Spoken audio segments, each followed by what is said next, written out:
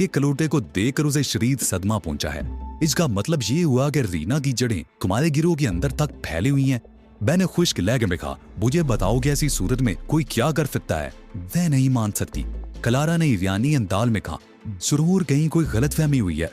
कलूटे के चेहरे पर तो क्लारा के देखते ही मुर्दनी छा गई थी। उसे क्या मालूम था कि वो खुद अपने गिरोह के खिलाफ किसी काम में मुलव्वस हो गया है। शब को आंखों से देखते हुए भी तुम इनकार कर दो तो इसका क्या इलाज हो सकता है? मैंने बेपरवाही से शाने उचकाए। मैंने तो अपना काम कर दिया, अब तुम जानो और तुम्हारा काम जाने।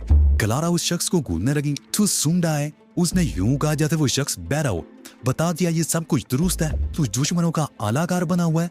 ये गलत है मादाम, उसने बर्राई हुई आवाज में वो मुश्किल कहा। क्या तो मिस्टर एडम से रकम वसूल करने नहीं पहुंचा था? क्लारा दाढ़ी और क्या तूने पैकेटिंग के हवाले नहीं किया था? यस मादाम, उसने मशीनी अंदाज में कहा और अपने खुश्क होते हुए ऊँटों पर जबान फेरने लगा। तुमने देखा? बैलेंस की तरफ देखकर बाईं आंख दबाई। मुझे दफा करने का जाम क्या हुआ? वो मुझे बेबसी से देख कर रह गया और क्लारा ने मुझसे कहा, इससे तुम खुद ही पूछताछ करो। तुम रीना से कब से काम कर रहे हो? मैंने खालिस पुलिस वालों के अंदाज में कहा और वो मजीद बुखला गया। कौन रीना? उसने अकलाते हुए कहा। मैंने यहाँ तब वो कौन है? शर्म करो, जिस थाली में खाते उसी में छेड़ करते हो। तुम्हें मादाम क्लारा को डबल क्रॉस करते हुए जरा भी शर्म नहीं आई? ये इल्जाम है। मैं मादाम क्लारा से गद्दारी का तस्वुर भी नहीं कर सकता। क्यों नहीं कर सकती? मैंने मज़ेदार अंदाज में कहा। $10 मिलियन बहुत बड़ी रकम होती है। इतनी बड़ी रकम देखकर तो एक बार फरिश्ता भी बैग जाए और तुम तो फरिश्ते बहरहाल नहीं हो। क्लारा ने मेरी बात सुनकर यूं इस बात में सारी लाया जैसे वो मेरी बात से मुत्तफिक हो। मैंने 10% मुआवजे पर काम करने की हामी भरी थी। कार्य करोटे ने जल्दी से कहा। मुझे नहीं मालूम था कि मुझे मादाम क्लारा के खिलाफ काम करना होगा, वरना मैं हारगिज़ उस काम के लिए हामी ना मरता। तुम बकवास कर रहे हो, मैंने उसे घूरा। और अगर ये सच है तो उस शख्स का हुलिया बताओ। वो एक दरमियाना कद का आदमी था, घनी दाढ़ी, मूंछें और आंखों पर स्याह रंग की ऐनक लगाए हुए था। उसने कहा था कि मैं 1 घंटे का काम है और जो भी रकम वसूल हुई उसका 10% मुझे दिया जाएगा। बेवकूफ बना रहे हो? मैंने उसे घूरा। इतनी बड़ी रकम करेगी तो बाई का गला काट सकता है। किसी ने तुम पर किस तरह एतमाद कर लिया। उसे खुद भी एहसास हो गया था कि बहुत बुरा फंसा है। क्लारा को भी यकीन आ गया था कि वो रीना सालुमन के लिए काम कर रहा है। यकीन करो, मैं बिल्कुल सच बोल रहा हूँ, उसने बर्राई हुई आवाज में कहा। मुझे जानबूझकर इस जान में फंसाया गया है, तो कुछ नहीं जानता। ये इस तरह जबान नहीं खोलेगा क्लारा। मैंने कहा, इस पर तशद्दुद नहीं बल्कि तशद्दुद की इम्तिहा करनी पड़ेगी, तब कहीं जाकर शायद ये कुछ झुगड़े, वरना मुझे तो इसके बावजूद कोई तवक्को नहीं है। मैं तुम्हें आखिरी मौका दे रही हूँ, क्लारा ने सर्द लहजे में कहा। अगर तुमने हकीकत ना हो रही तो मैं तुम पर तशद्दुद का हुक्म देने के लिए मजबूर हो जाऊंगी। मुझ पर रहम कीजिए मादाम। वो गिड़गिड़ाने लगा। मैंने आपसे कोई झूठ नहीं बोला। मुझ में इतनी मजाल है ही नहीं कि आपके सामने झूठ बोल सकूं। इस पर रीना के गहरे असरात हैं। मैंने क्लारा के कान में कहा, यह बगैर तशद्दुद के हरगिज़ ज़बान नहीं खोलूंगा। ये बगैर तशद्दुद के ज़बान हरगिज़ नहीं खोलेगा। तुम क्यों अपना वक्त ज़ाया कर रही हो? क्लारा ने इस बात में सारी लाया और मैंने इस तासर को मजीद गहरा करने के लिए कहा। देखो, गलती आदमी से होती है। तुमसे भी अगर कोई गलती हो गई है तो इतराफ कर लो। मैं वादा करता हूँ कि मादाम से कहकर तुम्हारी जान बख्शी करा दूंगा। जब मैंने कुछ किया ही नहीं तो इतराफ किस बात का करूं? वो रो देने वाले अंदाज में बोला। खुदा के वास्ते मेरी बात पर यकीन करो, मैंने कुछ नहीं किया। मैं दिल में हंस रहा था। हर मुजरिम जब खुद फंसता है तो खुदा का वास्ता जरूर देता है। उस वक्त उसे खुदा याद ही नहीं आता जब वो दूसरों पर मुजालिम के पहाड़ तोड़ रहा होता है। ऐसे लोगों से मुझे कभी हमदर्दी नहीं महसूस होती। इस पर तशद्दुद करो, मादाम क्लारा ने अपने आदमियों से कहा। उस वक्त तक करते रहो जब तक ये जबान खोलने पर ना आमादा हो जाए। इसके जिस्म की एक एक बोटी अलहदा कर दो, मगर इसे मरना भी नहीं चाहिए। अपने आदमियों को हुक्म देकर क्लारा पलटी और तेज कदमों से बाहर की तरफ चल पड़ी। उसने मुझे साथ आने को नहीं कहा था, मगर मैं भी उसके पीछे चल पड़ा। मुझे आराम की जरूरत है मिस्टर एडम, क्लारा ने मुझे कहा। तुम अगर वापस जाना चाहो तो जा सकते हो। नहीं, तुम्हें आराम की नहीं, मेरी जरूरत है। मैंने उसके साथ साथ चलते हुए कहा। $10 मिलियन की रकम हाथ से निकल जाना मजाक नहीं होता। मालूम नहीं रीना क्या करने वाली थी। वो क्या करेगी? क्लारा एक झटके से रुक गई। और तुम मुझे क्या समझते हो? उसने मुझे घूरते हुए कहा। वो मेरा कुछ नहीं बिगाड़ सकती। मैं उसे तगनी का नाच निचा सकती हूँ, तुम उसका कुछ नहीं बिगाड़ सकती। मैंने पुरसुकून लहजे में कहा, इसलिए कि वो अंधेरे का तीर है और उसने तुम्हारे गिरोह के मालूम नहीं कितने कारिंदों को अपना आलाकार बना रखा है। मादाम क्लारा का सारा जो हुरोश मानत बढ़ गया वो अचानक ही मुतबहल नजर आने लगी। तुम ठीक कह रहे हो, मुझे तुम्हारी जरूरत है, मेरे साथ आओ। वो पलटी और फिर अपनी ख्वाबगाह में जाकर ही रुकी। तुम्हारी उम्र इतनी ज्यादा तो नहीं लगती, उसने ख्वाबगाह में मुझे बिठाने के बाद कहा। अगर तुमने इतना तजर्बा, जहानत और महारत कहाँ से हासिल की है? इसमें से कोई एक चीज भी मेरी उम्र के साथ मशरूत नहीं है, मैंने मोहतात अंदाज में कहा। वहनी बार मादाम क्लारा ने बेलीदाद के बारे में मुतजस्सिसाना रवैये का इजहार किया था। ये कोई अच्छी अलामत नहीं थी। हमें तुम्हारे बारे में कुछ भी नहीं मालूम और यही यकीन की बिना पर हम तुम्हारे साथ मुहतात रवैया इख्तियार करने पर मजबूर हैं। मेरे पास भी बताने को कुछ नहीं है, मैं तो एक बेठिकाना आदमी हूँ। बताते तो वो लोग हैं जिनकी कहीं जड़ें होती हैं। मैंने बेपरवाही से कहा। एडम डीवरो को ये एजाज हासिल है कि उसने कभी किसी की खुशामद नहीं की, लोग खुद ही उसके पीछे दौड़ रहे हैं। अब अगर इसके बावजूद कोई शख्स शकूक शुबात का इजहार करे तो मैं क्या कह सकता हूँ? अगर दरमियान न फ्लोरा का मामला ना होता तो आज तुम्हारे मुंह से मुझे ये कुछ ना सुनना पड़ता। तुम्हारी जिस बात ने मुझे सबसे ज्यादा उलझन में डाला है वो ये है कि अगर तुम 10 मिलियन डॉलर की रकम लेकर फरार क्यों नहीं हो गए? ये रकम पूरी जिंदगी के लिए काफी होती।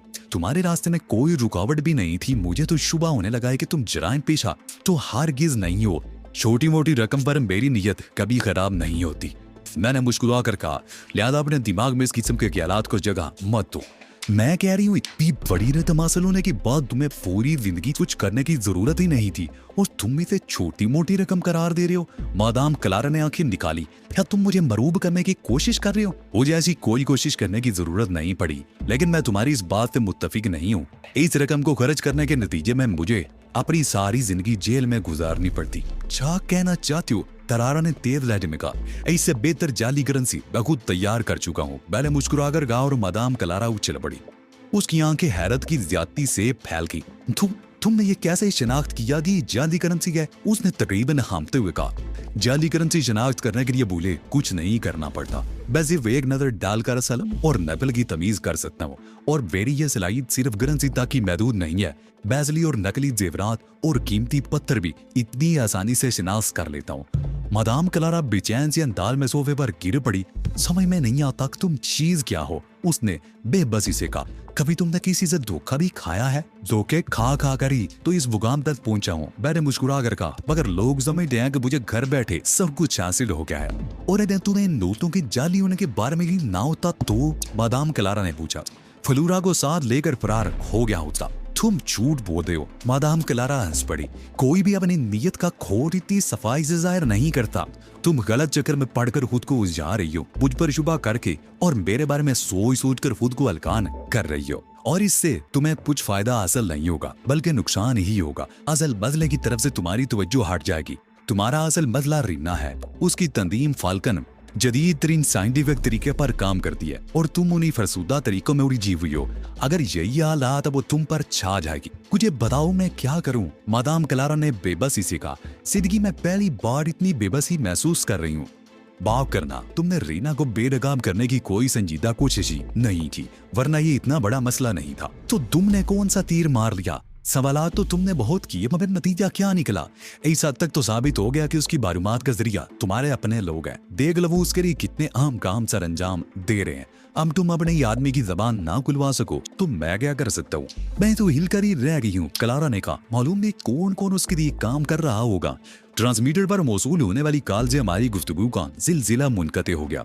क्लारा ने कॉल अटेंड की। दूसरी तरफ मेरी तवक्को के मुताबिक तहजीब थी। तुम इससे बात करो। क्लारा ने मुझसे सरगोशी की और मैं आगे बढ़कर ट्रांसमीटर के पास पहुंच गया। मुझे बहुत अफसोस है मैडम सालोमन, मैंने बिला किसी तमीद के कहा। आपने हमारे साथ धोखा किया। बकवास मत करो, तैदीन ने बड़े खराब लहजे में कहा। धोखा तो हमारे साथ हुआ है, तुमने हमारे आदमी को अगवा क्यों किया? मुझे शुबा था कि जो चीज वो मेरे हवाले कर रहा है वो हमारी मतलूबा शय नहीं। उसे मैं एहतियातन अपने साथ ले आया था। अगर तस्दीक हो जाती कि उसके दिए हुए पैकेट में माइक्रो फिल्में ही हैं तो हम उसे छोड़ देते, मगर अब यह मुमकिन नहीं है। झूठ मत बोलो एडम, तुम्हारी नीयत में फतूर था। तुम्हें मैं किसी तरह भी मुतमईन नहीं कर सकते। तुम उसके जरिए मुझ तक पहुंचना चाहते हो, लेकिन याद रखो तुम उसकी जबान नहीं खुलवा सकोगे। इजल के बहुत से लोग हमारे लिए मुस्तकिल काम करते हैं और तुम उनमें से एक की भी निशानदेही नहीं कर सकते। वो हमारे लिए काम करते हैं और करते रहेंगे। हमारे लिए काम करने वाला कभी जबान नहीं खोलता। ये तुम्हारी खुशफहमी है रीना। हमारे तशद्दुद करने के ऐसे ऐसे तरीके हैं कि एक बार तुम बुर्दा भी बोल पड़ता है। मादाम क्लारा को बता दो कि उसने तबाही को दावत दे दी है। आज की रात ये फैसला हो जाएगा कि तुमने हमसे जो बदअहदी की है उसका नतीजा तुम्हारे हद में कितना खतरनाक निकलने वाला है। याद रखना, आज की रात जो कुछ होगा वो सिर्फ इब्तदा होगी, फिर तहरीर में जवाब सुने बगैर सिलसिला मुनक़ते कर दिया। मैंने भी ट्रांसमीटर का स्विच ऑफ करके एक तवील सांस ली। मैंने तुमसे कहा था कि उसके आदमी को अगवा करना ठीक नहीं होगा, मगर तुम नहीं माने। अब देखो वो क्या कर दिया। अंधेरे से आए हुए तीर का मुकाबला कौन कर सकता है? मालूम नहीं उसके अज़ाइम क्या हैं। मुझे इल्जाम मत दो क्लारा, नतीजा हर सूरत में यही निकलना था। तुम क्या समझती हो, जेली करेंसी पाने के बाद उसका रद्द-ए-अमल बहुत खुशकिन होता? क्लारा ने इस बात में सर हिलाया। मैं तस्लीम करती हूँ कि सूरत में भी उसका रद्द-ए-अमल यही होता जो अब है, लेकिन हम क्या किया जाए। इज़न तुम्हें उस पर एक फोगियत हासिल है, इसे इस्तेमाल कर लोगी तो तुम फतेह यार भी हो सकती हो, वरना फिर खामोशी से इंतजार करो। तुम्हारा इशारा जेम्स चार्ली के बॉडीगार्ड की दबान खुलवाने की तरफ है, तो क्या जरूरी है कि वह रीना सालोमन के लिए काम कर रहा? मुमकिन है उसकी खिदमत महज आरजी तौर पर हासिल की गई हो। शायद तुम्हारी सोचने समझने की सलाहियतें जवाब देने लगी हैं। मैंने क्लारा को घूरा। इतनी बड़ी रकम वसूल करने के लिए इंतहाई खास आदमी की खिदमत हासिल की जाती है, वरना कौन इतनी बड़ी रकम छोड़ेगा। मुझे तो अपना दिमाग बाऊ होता हुआ महसूस हो रहा है। क्लारा ने अपना सर दोनों हाथों से दबाते हुए कहा, मेरी समझ में नहीं आता ये सब क्या हो रहा है। तुमने गलतियों पर गलतियां की हैं क्लारा। तुम्हें शुरू ही में रीना के मुतालबात मान लेने चाहिए थे, उसके बाद तुम खामोशी से उस तक पहुंचने की कोशिश करती रहती, मगर तुम्हें अपनी ताकत पर बहुत जाम था। अब जो भी हो तुम्हें ही भुगतना है। तुम्हारी कारकर्दगी हैरान कुन है। तहदीब ने मुझसे कहा, तुमने मैडम क्लारा को पूरी तरह मुट्ठी में ले लिया है। मैं किसी खुशफहमी का शिकार नहीं हूँ। मैंने कहा, जब तक रेंडल का सुराग नहीं मिल जाता मैं मुतमईन नहीं हो सकता। मुमकिन है वो मेरे साथ बैल दिखावा कर रही हो। बाज़ औक़ात तुम अमकाना हद तक मोहतात हो जाते हो। बुढ़ ने कहा, उन्होंने अच्छी तरह से तुम्हारा इम्तिहान कर लिया है, फिर वो तुम पर एतमार क्यों नहीं करेंगे? मुझे सबसे ज्यादा जो चीज खटक रही है वो ये है कि उन्होंने मेरे मादी को जानने पर ज्यादा जोर नहीं। आखिर क्यों? उन्हें एक कारामद आदमी मिल गया, इसके अलावा उन्हें और क्या चाहिए? बुढ़ ने कहा, क्या वो तुम्हारे माली का अचार डालेंगे? एकल जाती तंदीम में इस बात की अहमियत है, अगर वो यूं आंखें बंद करके हर कस व नाकस को अपने गिरोह में शामिल करने लगे तो 2 दिन भी नहीं चल सकेंगे। चलो जो भी होगा सामने आ ही जाएगा। तहदीब ने कहा, इस वक्त तो हमें अपने मिशन की तरफ तवज्जो देनी चाहिए। अब तवज्जो देने को रह ही किया गया है। मैंने कहा, वक्त मुकर्रर पर बटन दबाने की देर है। अली ग्रुप के अरकान की गुज़िश्ता रात बहुत मसरूफ गुजरी थी। मैंने उनसे पहली बार भरपूर तरीके से काम लिया था। शीख और ईगल के 4 अड्डों पर रिमोट कंट्रोल बम फिट कर दिए थे। सारा प्रोग्राम मेरा तरतीब दिया हुआ था और हर चीज पहले ही से तय कर ली गई थी। चूंकि मेरा प्रोग्राम ये था कि जो शख्स भी रकम वसूल करने आएगा उसे अगवा कर लूंगा, लिहाजा अली ग्रुप के किसी रुकन को इस्तेमाल करने का सवाल ही पैदा नहीं होता था। चुनांचे स्कीम के मुताबिक बुढ़ ने ईगल के एक कारिंदे को जानसा देकर इस बात पर आमादा कर लिया कि वो रकम वसूल कर लाए। उस बेचारे को क्या मालूम था कि वो कितने बड़े अजाब में फंसने वाला है। उसके बाद प्रोग्राम भी चूंकि पहले से तयशुदा थे, लिहाजा गुज़िश्ता रात ईगल के 4 अहम ठिकानों पर बड़ी तबाहकारी फैलाने वाले बम नस्ब कर दिए गए थे। चूंकि चारों मुकामात ऐसे थे जहां आम लोगों के दाखिले पर पाबंदी नहीं थी, इसलिए बमों की तंसीब में दुश्वारी नहीं हुई थी और इसी बुनियाद पर तहदीब ने रीना की हैसियत में धमकी दी थी। आज रात वाकई ईगल के लिए बड़े नुकसानात लाने वाली रात थी। हमें क्लारा की दयाजगाह पर भी तवज्जो देनी चाहिए चीफ, बुढ़ ने कहा। उसके बगैर बात नहीं बनेगी। तुम बहुत बेसब्रे हो जाते हो। ये लोग इस काबिल नहीं है कि इन्हें अचानक मार दिया जाए। इन्हें तो तड़पा तड़पा कर मारने में लुत्फ आता है। वहां हिफाजती इंतजामात की क्या नौयत है? तहदीब ने पूछा। ये बात तो तय है कि क्लारा ने अपनी इबादत के लिए गैर मामूली इंतजामात कर रखे होंगे। मैंने जवाब दिया। गेट के अलावा 4 दीवारी के अंदर आते में भी मुसल्ला मुआविद गश्त करते नजर आते हैं। उनका कोई मसला नहीं है, उन्हें शिकस्त दी जा सकती है। मसला कोई सिफाती निजाम का है जो नजर नहीं आता। हमें उस सिफाती निजाम को शिकस्त देनी चाहिए। फिर तुमने उस सिफाती निजाम को नकारा करने के लिए क्या तदबीर सोची है? तहदीब ने पूछा। उसके लिए जरूरी है कि पहले हमें उस सिफाती निजाम के बारे में मुकम्मल मालूमात हासिल हो, तभी कुछ किया जा सकता है। क्लारा का किस्सा पाक करने के लिए हम तवील इंतजार के मुतम्मिल नहीं हो सकते और तुमने जो तरीका इख्तियार किया है वो खासा तवील है। तहदीब ने कहा। उसके लहजे में तशवीश थी। तुम इस कदर फिक्रमंद क्यों हो रही हो? मैंने मुस्कुरा कर कहा। मेरे दिल में इसका हल भी मौजूद है। तुम्हारी इस आदत से मुझे चिढ़ है। तहदीब ने बिगना कर कहा। ख्वाह वुखा अपनी स्कीम को छुपाने की कोशिश करते रहते हो। क्या हम लोग किसी से कह देंगे? मुझे रंजी आ गई। क्या तुम पर भी बूढ़ का रंग चढ़ गया है? इतनी बेदाबी का मुजाहरा तो उसकी तरफ से होता है। मैं कब बेताबी का मुजाहरा कर रहा हूँ? बूढ़ ने बुरा मान कर कहा। कब से किसी लड़की की सूरत नहीं देखी, मगर ये रो मजा लगी कर में शिकायत बुढ़ की जबान पर आया हो। खबरदार, जो शीख और आयब इस किस्म की हमाकत करने की कोशिश की, यहाँ लेने के देने भी पड़ सकते हैं। अब जिक्र निकल ही आया है तो बता दो कि बुध को कब तक इंतजार करना पड़ेगा। तू बहुत जीठ आदमी हो बुध। तहदीब ने बुध को मुलामत अमेज नजरों से कहा, तुम्हें किसी चीज का एहसास नहीं होता।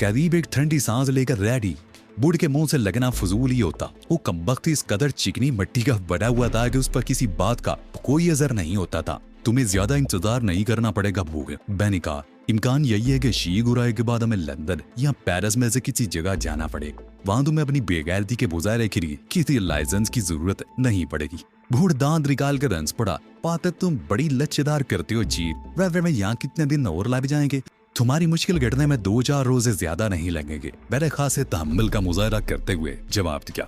और तला बीत जाने का चांस कम नहीं रहेगा? बूढ़ ने नदीदेपन से पूछा। क्यों? मैंने बूढ़ को घूरते हुए कहा। तला बीब से तुम्हें क्या दिलचस्पी होगी? माँ, यहूदी लड़कियां बड़ी कसरत से मिल जाती हैं जीव। बूढ़ ने मुंह चलाते हुए कहा। लड़की अगर यहूदी हो तो खूबसूरती और बेबाकी की यकजाई लाजमी हो जाती है।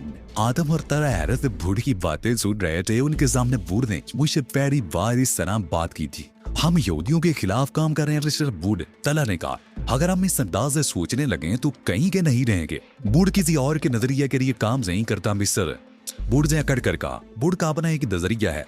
तुम लोगों के नजरिया से मुझे कोई सरोकार नहीं है। आपका नजरिया क्या है मिस्टर बूढ़? आतम ने हैरत से पूछा। मेरा नजरिया ये है कि अली और तहदीब बालकम एक्स, इनका हर हुक्म बजा लाना बूढ़ अपना फर्ज समझता है।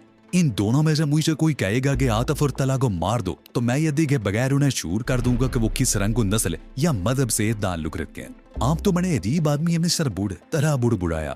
हम तो ये समझे थे कि आप तुम गलत समझे थे, बूढ़ ने उखड़ अंदाज में कहा। अब तुम अपनी इस्लाह कर लो। बुरा मानने की जरूरत नहीं, मैंने हाथ उठाकर कहा। जरूरी नहीं कि हर शख्स हमारे नजरिए से मुत्तफिक हो और ना ही दूसरों पर अपने नजरियात ठोंसने की कोशिश करनी चाहिए। हमारे लिए इतना काफी है कि बूढ़ हमारे साथ काम कर रहा है। आतिफ और तला कंधे उचका कर रह गए। उनका ख्याल अब भी यही था कि जो शख्स भी उनके साथ काम कर रहा है उसे उनकी नजरियात से भी मुत्तफिक होना चाहिए। उन लोगों के लिए बूढ़ को समझना एक मसला था। वो नहीं समझे से कि बूढ़ बजाय खुद एक मसला है। समझने का ना समझाने का एक मुअम्मा है, सुलझने का ना सुलझाने का। हम यहाँ से जल्दी भी निकल सकते हैं जीव, मगर तुम जानबूझकर जेर कर रहे हो, बूढ़ ने कहा। मादाम कलारा ही तो हमारा मसला है। उसके इतने करीब जाकर भी तुम उसे ठिकाने लगाए बगैर चले आए, मुझे हैरत है। एक गल्द में अफरा तफरी फैलाना इससे भी बड़ा मकसद है बूढ़। अगर एक मादाम कलारा को ठिकाने लगा देने से मसला हल होने वाला होता तो मैं उसे ये सोचे बगैर ठिकाने लगा देता कि उसके बाद मैं उसके बैल से किस तरह निकल सकूंगा। लेकिन फर्ज करो मैंने उसे ठिकाने लगा भी दिया तो क्या होगा? उसकी जगह कोई और ले लेगा और ईगल का कारोबार यूं ही चलता रहेगा। नहीं बूढ़, उसे ठिकाने लगाने से कबल ईगल की बुनियादें हिलाना बहुत जरूरी है। क्या सिर्फ शी गुराए में उनके चंद मराकर तबाह कर देने से उनकी बुनियादें हिल जाएंगी? बूढ़ ने अजीब से लहजे में कहा। ये तुमसे किसने कह दिया बूढ़ कि हम उनके बैल चंद ठिकाने तबाह कर देने पर इत्तफा कर लेंगे? और फिर तुमने ये बात भी नजरअंदाज कर दी कि उनकी बुनियादें तो हिल भी चुकी हैं। रीना की सूरत में जो असिस्टेंट हमने खड़ा किया था वो तवक्को से बढ़कर मुफीद साबित हुआ। इज्जत कलारा अपने साय से भी डर रही है। अपने गिरोह की हर फर्द के बारे में उसी शुबे में मुबतला होगी कि कहीं वो भी फाल्कन का एजेंट ना हो। जीना और फाल्कन उसके असाब पर सवार हो गए हैं। बुनियादी बात यही है कि उन्हें इंतजार में मुबतला रखा जाए। जहाँ उन्हें जरा सा सुकून मुयस्सर आता है ये लोग साजिशें शुरू कर देते हैं। फलूरा अपने कमरे में मौजूद नहीं थी। बैर उसे अपने तौर पर वक्त गुजारने की जो इजाजत दी थी यकीनन वो इससे भरपूर इस्तफाका कर नहीं होगी। मैं कपड़े तब्दील किए बगैर बेड पर दराज हो गया। रात का खाना मैं डैरीड के साथ खा कर आया था और अभी कोई काम नहीं था, इसलिए जरा देर आराम किया जा सकता था। जरा देर इसलिए नहीं कि बम ब्लास्ट करने के लिए 3 बजे का वक्त मुकर्रर किया गया था। यह ऐसा महफूज वक्त था जब किसी जगह किसी गैर मुतल्लक शख्स की मौजूदगी का ऐलान नहीं होता था। लिहाजा जो भी तबाही फैलती उससे सिर्फ वो जराइम पेशा लोग मुतासर होते जो ईगल के लिए काम कर रहे थे।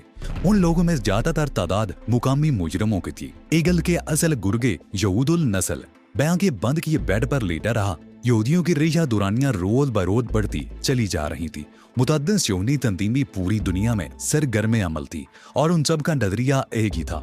अजीम तर इसराइल का कयाम। यहूदियों ने अजीम तर इसराइल के क्याम को मजहब का जो दर्जा दे दिया था, उसका मौसर मुकाबला करने के लिए मुसलमानों ने कुछ नहीं किया था। शियोनी नवाज मगरबी कुव्वतों ने मुसलमानों को छोटी छोटी रियासतों में तकसीम करके उनकी कुव्वत को पारा पारा कर दिया था। उन्हें ऐसे गोर धंधों में उलझा दिया था कि अब उन्हें किसी और तरफ देखने की फुर्सत ही नहीं थी। इसराइल में फलस्तीनियों पर जो मुजालम ढाए जा रहे थे वो पूरी दुनिया में किसी से ढके छुपे नहीं थे, मगर उनकी मदद करने वाला कोई नहीं था। अमेरिका बहादुर अल-लिनान इसराइल की पुष्पनाई कर रहा था। उसने इसराइल को ऐसी हथियारों से नवाज दिया था कि अब अरब ममलिकतों के उस पर फतह पाना तकरीबन नामुमकिन होकर रह गया था। दूसरी तरफ रूस था, उसका किरदार भी अदरचे अच्छा नहीं था, ताम अमेरिका से तो बेहतरी था। कम अज कम वो जमहूरियत का आलमी चैंपियन बनने की कोशिश तो नहीं करता था। बज़ाहिर वो इसराइल के खिलाफ और मुसलमानों के हक में था, लेकिन दरपर्दा वो भी इसराइल का हामी था। अरब इसराइल को कशीदगी से फायदा उठाकर उसने अरबों को अपने कम मुअस्सर हथियार फरोख्त किए और उनसे खूब रकम ऐंठी। हर जंग के बाद ये साबित हुआ कि रूसी सामान्य हर्ब की अमेरिकी हथियारों के सामने कोई वक़्त नहीं है। दुनिया के दो सुपर पावर ने मिलकर इसराइल को इतना मजबूत बना दिया कि अब उसकी शिकस्ती नामुमकिन नजर आती थी।